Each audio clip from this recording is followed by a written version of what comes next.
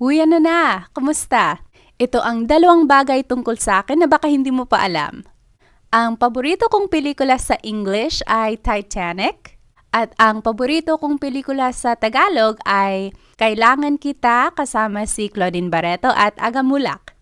Sa English, ang paborito ko ay Titanic kahit ang haba-haba niya, halos 4 na oras. Pero nakakakilig siya at mahilig ako sa mga storya na tungkol sa mga nangyari sa nakaraan.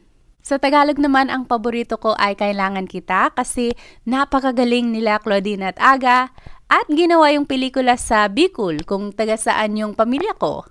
Kapag pinapanood ko yung pelikulang yun, sobrang saya ko kapag nakikita ko yung mayon. Ikaw, anong paborito mong pelikula?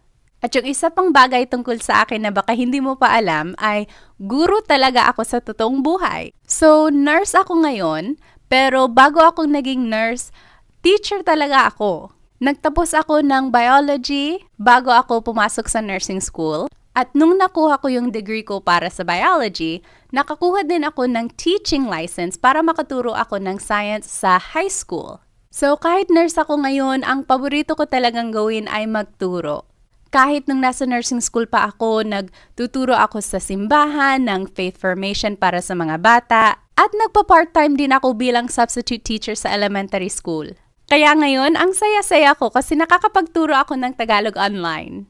Yun lang. May tanong ka ba para sa akin? Isulat mo sa comments. Paalam!